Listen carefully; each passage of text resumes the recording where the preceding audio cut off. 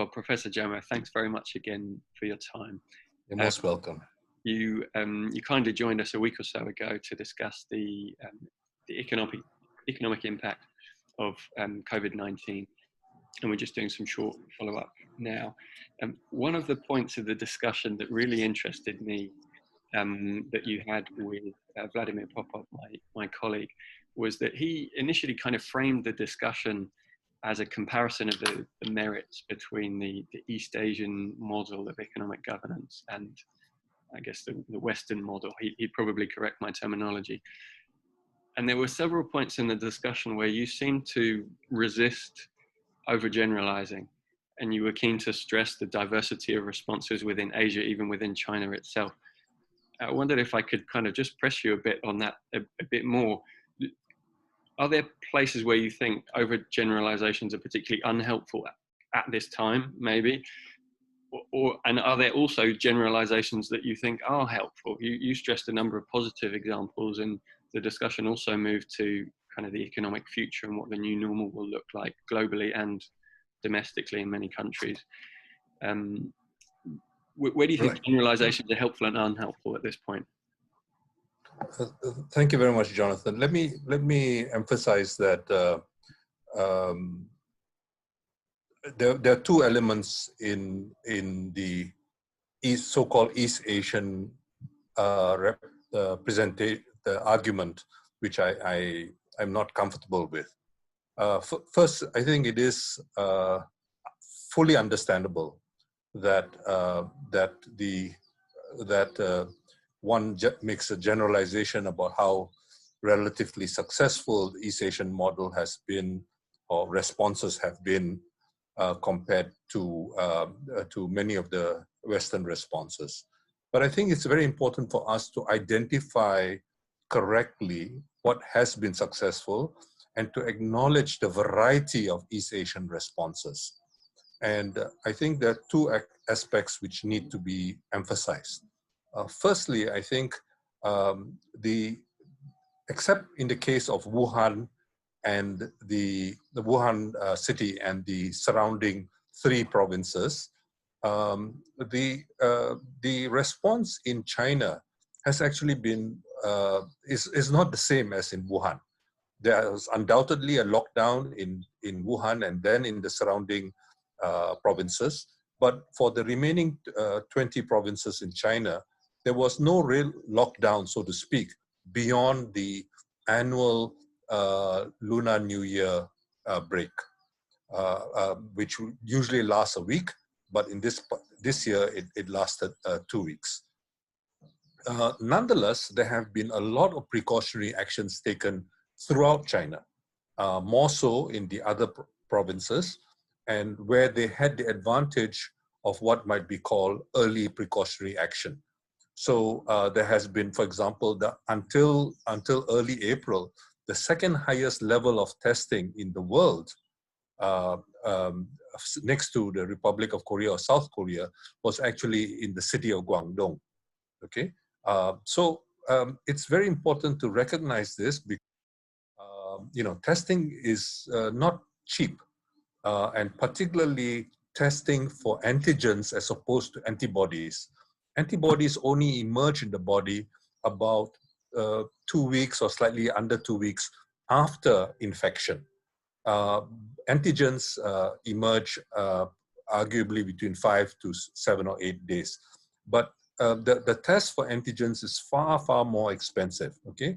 And so it has really been the wealthier countries in the world which have been able to do that kind of testing, except in the case of China, because they were able to produce the test relatively cheaply and so on.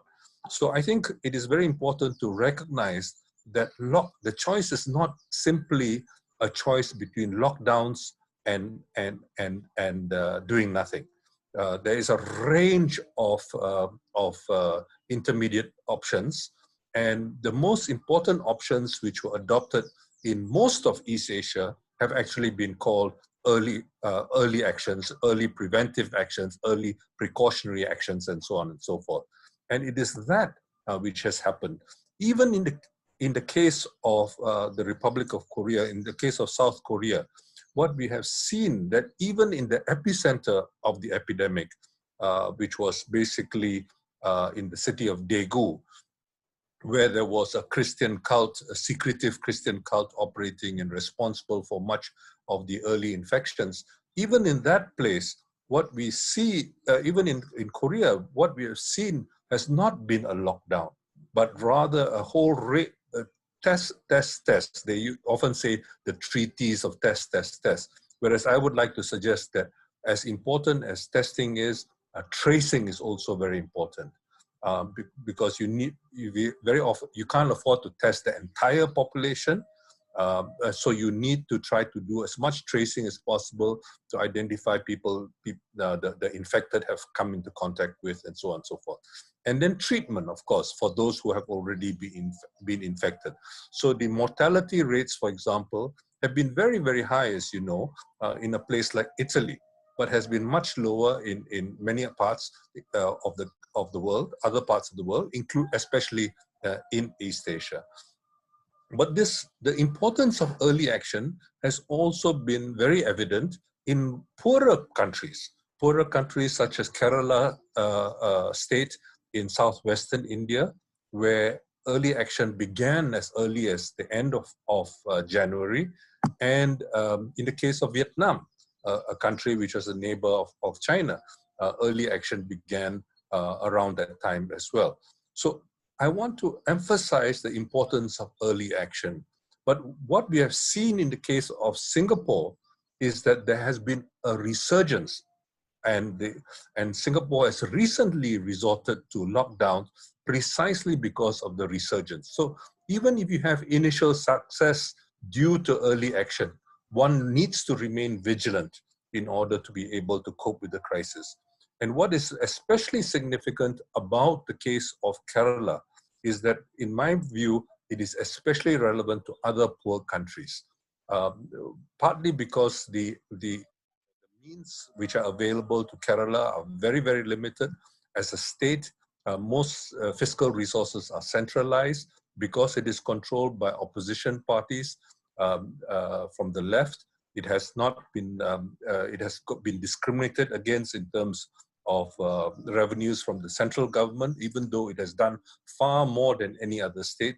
And so there are some elements which are very special about it, but it's precisely because you have a whole of government approach in the state of Kerala, as well as a whole of society approach in the sense of mobilizing all kinds of communities to participate in the measures which are necessary. Because behavioral change is not easy to achieve, and you really need to have that behavioral change to achieve physical distancing and for the success of some of the other precautionary measures.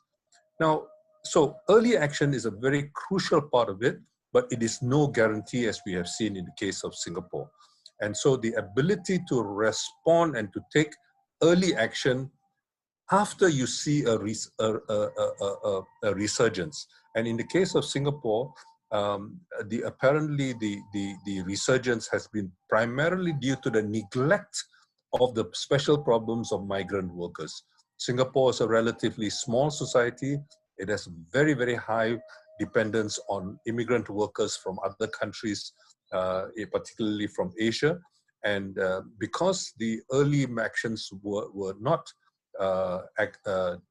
did not sufficiently address the migrant workers' problems, there has been a resurgence, and Singapore is trying very hard to address some of those problems. Now, this is especially important because we need to understand that in many societies, it is often the sort of the gray area, the people who are living on the fringes of society, the informal sector, etc., who may become the major sources of the spread of the epidemic. And so it is very important that you take measures which particularly ensure that they are not left out. So, for example, in the case of Malaysia, I have been recommending that all migrant workers be entitled to testing if there's reason to be tested, and that they be entitled to free treatment. And I've also and because many of the migrant workers are illegals, they are here illegals, I've actually suggested a general amnesty. They do not feel that as soon as they come forward, they are going to be deported. So all this becomes extremely important if you're going to have a successful approach to the pandemic. So early action is another crucial part of it, but also ensuring a whole of government approach.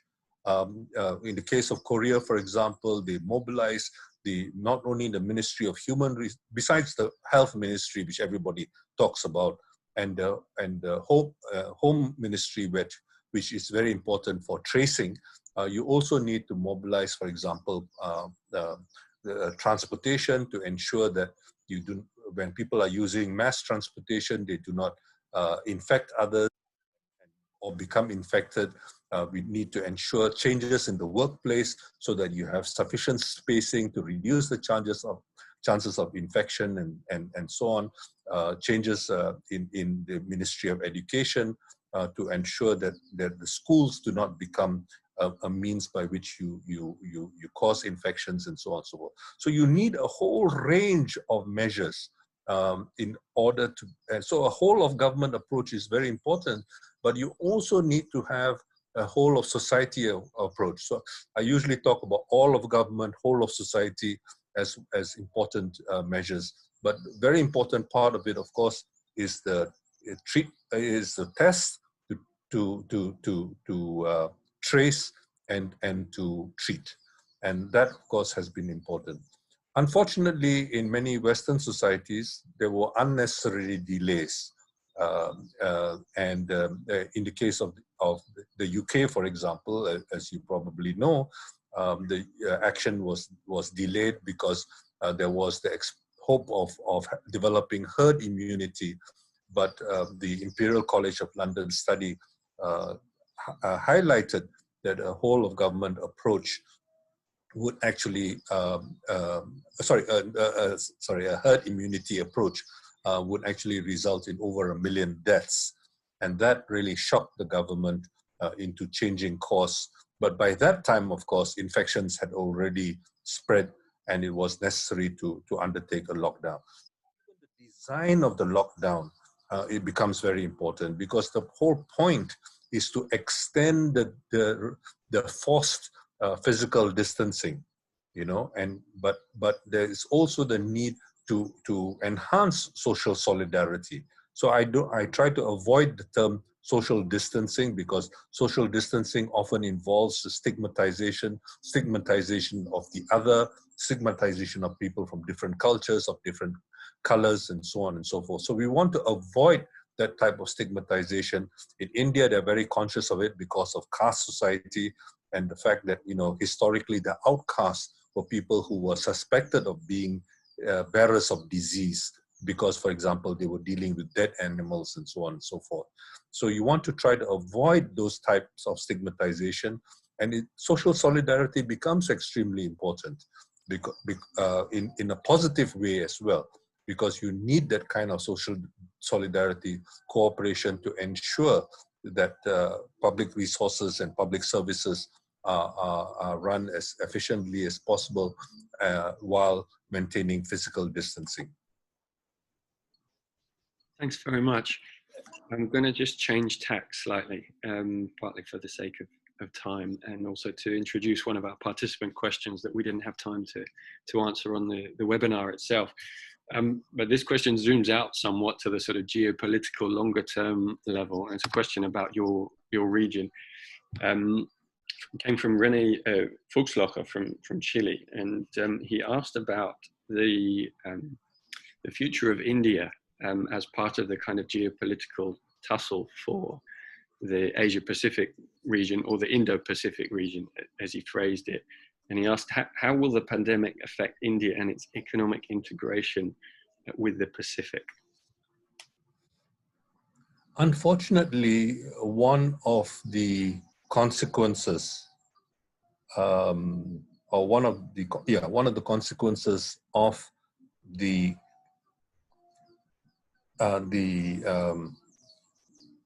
well, it's not an unavoidable consequence, but one of the things which has happened particularly in the last month or so, has been that there has been a further breakdown of international cooperation.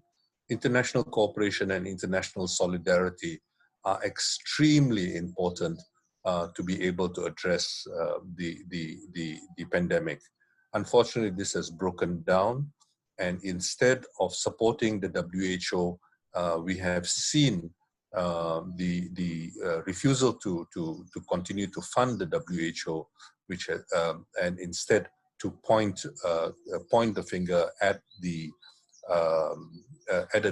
WHO as if the WHO is responsible for causing the problem.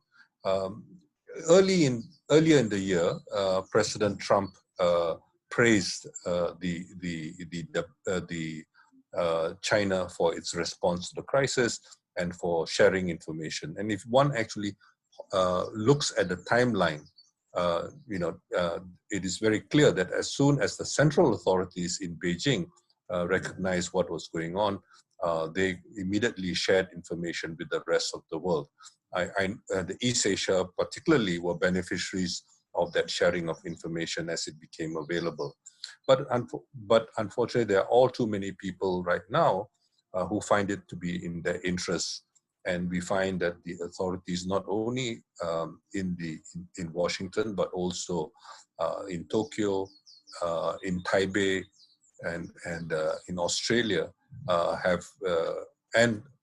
unfortunately in it's not clear what the central government's view is in India, but certainly the media in India has been very much part of this hysteria. So there are all kinds of revisionist historical claims being made about what actually happened in China, that China is the source of the virus, etc., etc. A lot of it is based on the fact that people are very quick to forget what actually happened during these last few months. Now, it is true that numbers have been revised. The UK government, for example, has revised its numbers, but nobody sees that as being sinister. What has happened is that in the case of China, the fact that China has revised its numbers upwards to suggest that there were many more infections and many more deaths than previously suspected is something which I'm happy for, because it really admits that the government is prepared to acknowledge these deaths. You remember that the initial response at the provincial level, at the local level in China, was to suppress that information, to deny that there was anything wrong. And it was only when the Beijing authorities learned about the problem was there a much more robust response. So in the early days of the second half of December and early January was a situation when people didn't really know in the world, including in China, what were the problems at hand. It is true that people who were closer to the ground suspected that something very, very serious, something very novel had come about, and that's partly why the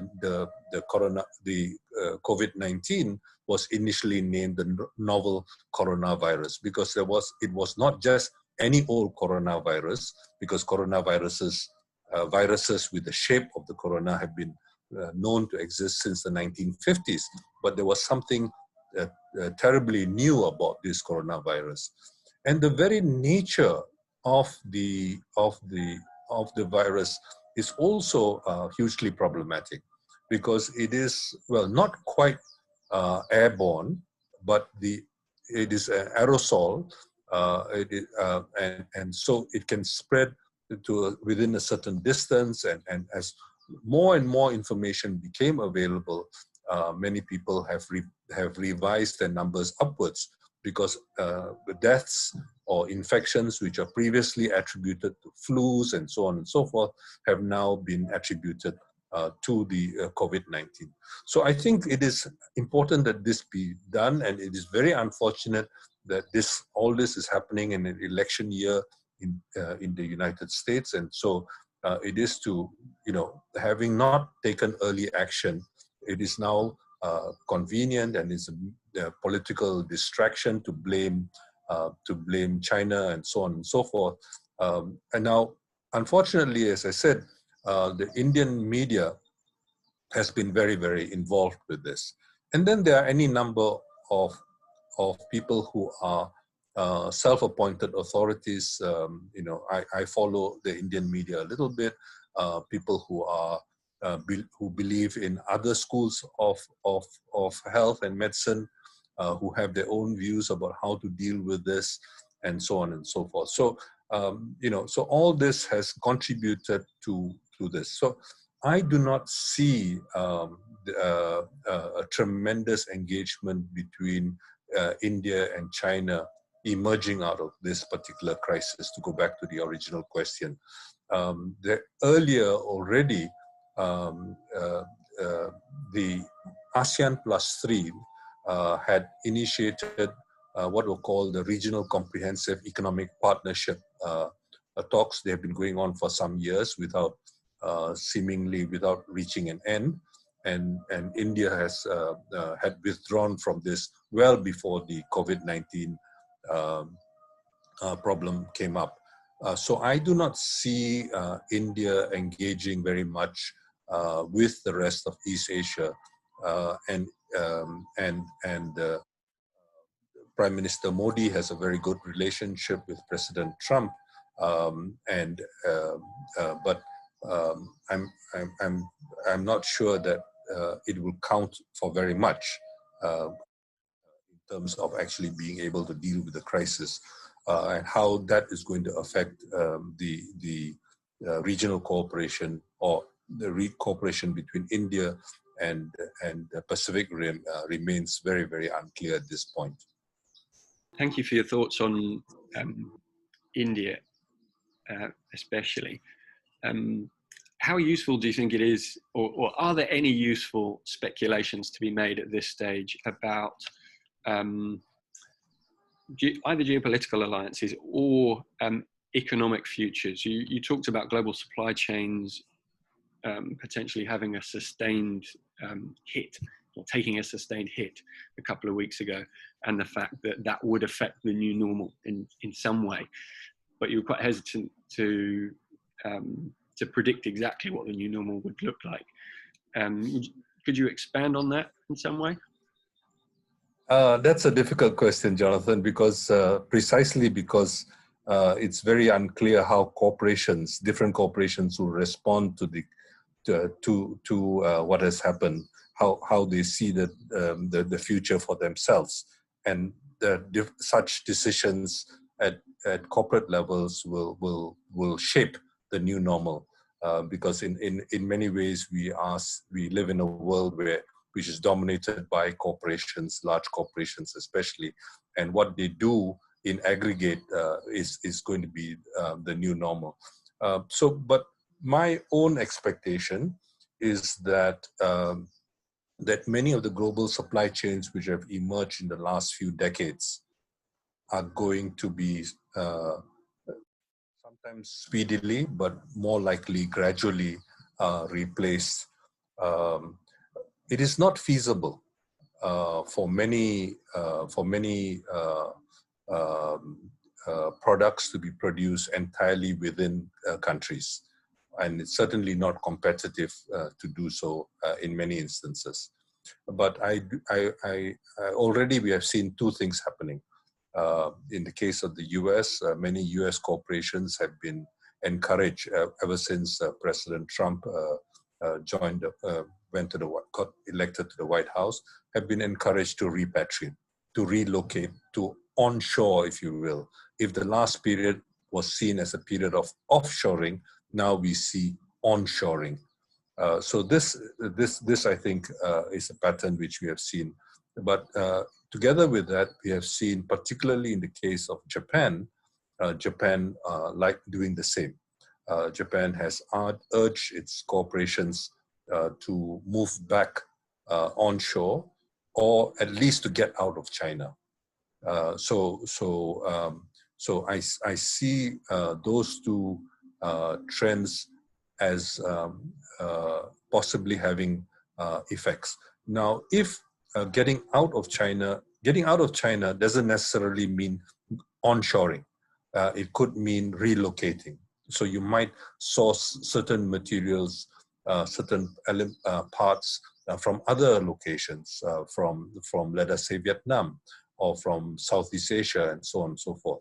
But in many instances, especially in the US case, the corporations are being urged to come back onshore.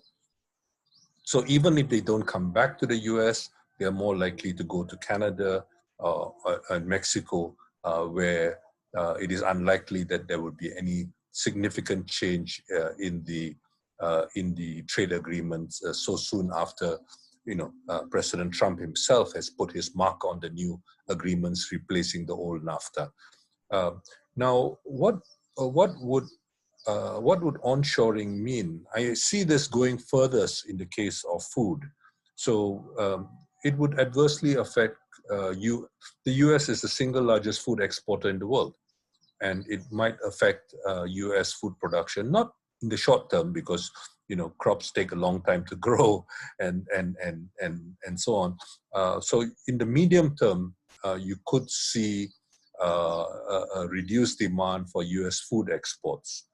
And the second largest agricultural exporter in the world is the Netherlands, but it produces less food and more other types of agricultural exports. So you could see a reduction in that regard.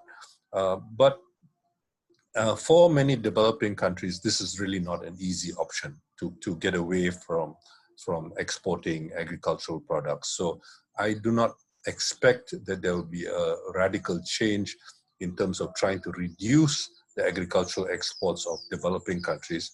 But what I do expect is a greater emphasis on food security interpreted as food self-sufficiency. So I do expect national supply chains to become much more significant in the near term. But as I suggested earlier, there's a limit to how much this can happen. I mean, I don't see, for example, that in Malaysia, for example, where a lot of the beef which is consumed in Malaysia or a lot of dairy products are imported. Beef from India, dairy products from Australia and New Zealand. I don't see that as significantly declining, but it is likely, and I hope this happens, that more vegetables will be produced in Malaysia, and those vegetables hopefully will also be produced in a safer way with much less reliance on toxic agrochemicals. So, but the new normal also allows us to think very fundamentally about many aspects of society. There will be a collapse of the travel industry, for example, particularly air travel, tourism, and so on and so forth. And many of the employees in many of these industries will need to be retrained, and this is not going to be an easy process where people are going to be easily retrained from certain types of services to other purposes. At the same time, we know that life expectancy, leaving aside COVID-19 for one moment, life expectancy has been rising in most of society. So there will probably be a greater need for care services, and many people will be repurposed for this, retrained for this purpose. But I hope that there will be far more attention to health services and other things like that in the near future. I hope there will be renewed funding and additional funding for public health in many of our societies. And so there is a real possibility that much of this, some good will come out of all this. But these are medium-term changes. They're not going to be able to come about overnight. Right now, most governments are going to feel, reduced fiscal resources, and hopefully the IMF and others will do as much as possible to try to mitigate the costs of making these types of transitions. But I think many governments who are thinking not just of their survival on a day-to-day basis will begin to think about how society is going to be repurposed, and then how the new normal, so to speak, is not only going to be business as usual plus physical distancing, but also perhaps much more oriented towards social needs and so on and so forth. And this is where the kind of cultural and civilizational concerns of your institute become important in terms of reminding us about that life is about more than just making a fast buck, and civilizational concerns and become important. But most importantly, I think we have already seen over the last few years very, very severe stresses on multilateralism, and the attack on the WHO, the World Health Organization, represents one of those very, very unfortunate stresses, and it becomes very important to think about that. If I may add something which I omitted to mention earlier, and that's on the question of the differences I had with some of my colleagues on the panel. One very important difference, which is the nature of this crisis. This is not, unlike many of the recent financial crises, for example, or financially catalyzed crisis. This is not a crisis of the collapse of aggregate demand or the collapse of financing to sustain aggregate demand. This is also a collapse on what the economists like to call the supply side, that it is no longer possible to continue production of goods and services as in the past. And this is why I think that it is important for us to recognize the specific character of this crisis in order for us to better address it. So it's on that point that led you to conclude, when we spoke a couple of weeks ago, you said this time it's different. There will be no return to business as usual. Exactly. And it's not just business as usual plus a few precautionary measures. The society, the economy, and unfortunately politics as well is fundamentally changing. I do not expect the denialists to succeed. As you know, the president of Brazil, for example, has called for a coup against his own government, because in order to centralize and enhance his own powers. And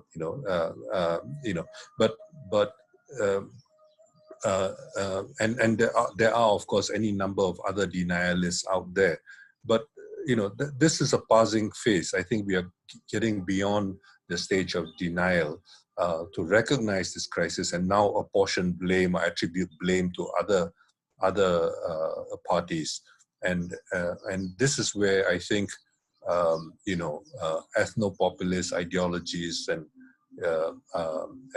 ethno-chauvinist ideologies are going to be hugely problematic, not only in Europe but also in much of the rest of the world, where it's so convenient to blame the other, whether the other is somebody of a different color, somebody of a different faith, somebody of a different sect, and so on and so forth. It's so much easier to blame some other, especially if the other is foreign, for many of these problems. And this is unfortunately what we are seeing right now. And I do hope that we will be able to get over this phase in order to be able to deal with this problem, this common challenge which we all face in the world, in a much more constructive and really to come out of this as a much better society with much better people. But that's going to be easier said than done.